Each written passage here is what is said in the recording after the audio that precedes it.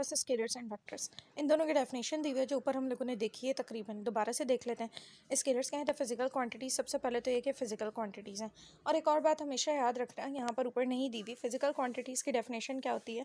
All measurable quantities are called physical quantities. ठीक है, जितनी भी देखो कुछ चीज़ें ऐसी होंगी जो मैं बुक के अलावा भी आपको बताऊंगी। ठीक है, कि जितनी भी मेजरेबल क्वांटिटीज़ होती हैं, ठीक है, जितनी भी ऐसी क्वांटिटीज़ जिन्हें आप मेजर कर सकते हो, ठीक है, वो तमाम क्वांटिटीज़ फिजिकल क्वांटिटीज़ में आ जाती हैं। ठीक है, तो अब देखो कहने कि स्केलर क्वांटिटीज सबसे पहले फिजिकल क्वांटिटीज़ हैं। फिजिकल क्वांटिटीज़ की एक ब्रांच है, ठीक है, जिसमें हम कंप्लीटली डिस्क्राइब कर सकते हैं उस क्वांटिटी को सिर्फ मैग्नीट्यूड से और उसका यूनिट से।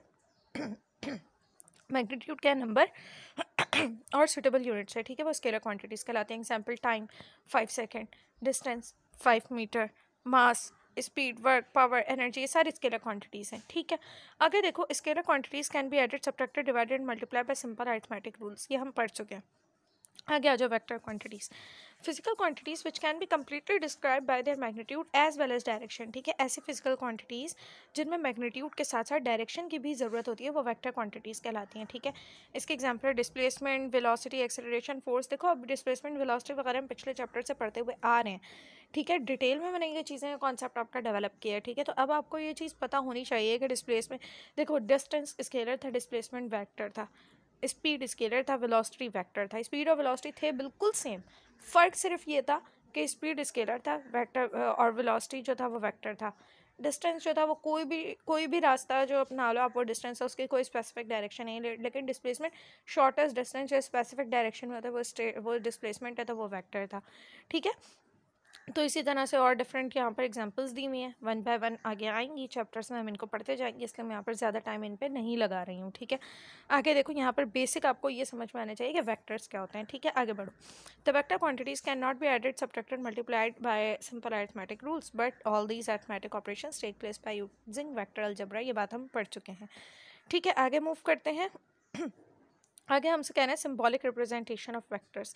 तो चलो देखते हैं कि वेक्टर्स को सिंबल्स में किस तरह से रिप्रेजेंट किया जाता है। Symbolically vector is represented by bold faces letter. ठीक है, यानी कि कैपिटल लेटर से, बोल्ड फेस कैपिटल लेटर से हम इसको रिप्रेजेंट करते हैं। ठीक है, अच्छा जी, और letter with an arrow above. ठीक है, या तो फिर इस तरह से, या तो फिर इसको आप बोल्ड करके लिखोगे, या तो फिर एरो ऊपर या नीचे लगाओगे। देखो नॉर्मली ना हम लोग एरो ऊपर ही लगा रहे होते हैं। ठीक है, अगर अगर फॉर एग्जांपल अगर स्पीड थी, स्पीड को हम वी से शो कर रहे हैं, लेकिन वेलोसिटी को हम वी एरो से शो कर रहे हैं। अगर डिस्प्लेसमेंट है, हम एस से या सिंपल डी से शो कर रहे हैं। कुछ बुक्स में एस से है, कुछ बुक्स में डी से है।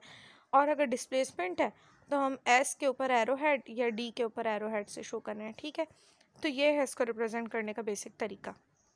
ठीक है, आगे मूव करते हैं। हमसे कह रहे हैं for example velocity vector is represented by v arrowhead, momentum vector is represented by p arrowhead, momentum को हम पी से शो करते हैं, पी एरोहेड से रिप्रेजेंट करते हैं। Acceleration vector by a arrowhead. ठीक है, बहुत ईजी सा। The magnitude of vector a is denoted by same letter used for the vector without arrow. और ठीक है, देखो बात कह रहे हैं हमसे कह रहे हैं कि एक वेक्टर है ना, वेक्टर में मैंने आपसे कहा कि फॉर एग्जांपल 5 न्यूटन की फोर्स लगाई जा रही है ईस्ट की तरफ। ठीक है, ईस्ट की तरफ 5 न्यूटन की फोर्स लगाई जा रही है। ठीक है, तो इसका 5 है मैग्नीट्यूड। अब अगर किसी वेक्टर में, अब वेक्टर को ना हम दो हिस्सों में भी लिख सकते हैं। इसका एक हिस्सा हो गया इसका मैग्नीट्यूड यूनिट, दूसरा हिस्सा हो गया इसकी डायरेक्शन, बीच में मैंने लगाया है कॉमा।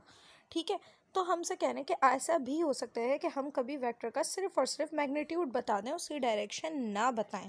ठीक है, लेकिन फिर हम वहाँ पर मेंशन करते हैं कि कंप्लीट वेक्टर नहीं है, हम सिर्फ इसका यूनिट बता रहे हैं। ठीक है, तो देखो वेक्टर वेक्टर है ये शो करने के लिए हम ऊपर लगा रहे हैं क्या, एरो हेड लगा रहे हैं। ठीक है, अब मैं सबसे पहले तो क्या करूँगी, अगर मैं डायरेक्शन वेक्टर ये शो करने के लिए एरो हेड लगा रही हूँ ना, तो एरो हेड यानी कि क्या बता रहा है, डायरेक्शन बता रहा है। सबसे पहले अगर मैं डायरेक्शन एक्सप्लेन नहीं कर रही, सिर्फ यूनिट एक्सप्लेन कर रही हूँ, तो मैं एरो हेड हटाऊँगी।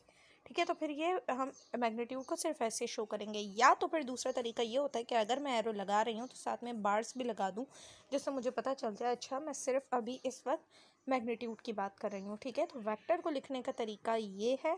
ठीक है, लेकिन वेक्टर के मैग्नीट्यूड को लिखने के ये दो तरीकों में से कोई भी आप इस्तेमाल कर सकते हो। For example magnitude of displacement vector is this. ठीक है, जैसे डिस्प्लेसमेंट को आपने इस तरह शो किया वेक्टर, लेकिन डिस्प्लेसमेंट का मैग्नीट्यूड आप इस तरह शो करोगे। ठीक है, सिंपल है। It is important to note the following points. The magnitude of vector is always positive and scalar कि वेक्टर का जो मैग्नीट्यूड होता है वो हमेशा पॉजिटिव होता है, ठीक है। और अगर सिर्फ हम मैग्नीट्यूड की बात करेंगे, ऑब्वियसली वो स्केलर है, क्योंकि स्केलर में सिर्फ मैग्नीट्यूड और यूनिट ही तो होता है। अगर हम सिर्फ मैग्नीट्यूड की बात करेंगे तो वो स्केलर है, जब हम उसको डायरेक्शन भी साथ लिखेंगे तो वो वेक्टर बन जाएगा, ठीक है ना। चलो आगे देखो, आगे हमसे कह रहे हैं the magnitude of vector is also called modulus of the vector. ये मॉड का साइन हम मैथ्स में भी इस्तेमाल करते हैं, ठीक है, मैट्रिक में तो पढ़ा ही होगा, ठीक है। तो जो मैग्नीट्यूड है वेक्टर का वो मॉड्यूलस ऑफ वेक्टर भी कहलाता है, ठीक है। और उसको वेक्टर को हम किस तरह से रिप्रेजेंट करते हैं, by represented by enclosing the vector symbol between two vertical lines, ठीक है। दो वर्टिकल लाइंस के दरमियान हमने अपने वेक्टर को इनक्लोज कर दिया है। देखो दो वर्टिकल लाइंस के दरमियान, इन दो लाइंस के दरमियान हमने अपने वेक्टर को इनक्लोज कर दिया है, ठीक है। For example modulus for displacement vector D is denoted by this, ठीक है। इसका मॉड्यूलस भी कहलाता है, ठीक है। जो दो वर्टिकल लाइन से मॉड्यूलस भी कहलाती हैं। आगे आ जाओ, vectors can be added, subtracted and multiplied, however the division of vector by another vector is not valid operation in vector algebra. कहने के वेक्टर्स को हम ऐड कर सकते हैं, सब्ट्रैक्ट कर सकते हैं, मल्टीप्लाई कर सकते हैं, लेकिन वेक्टर अलजेब्रा के थ्रू। लेकिन वेक्टर अलजेब्रा में जो डिवीजन है वो एक वैलिड ऑपरेशन नहीं है, ठीक है।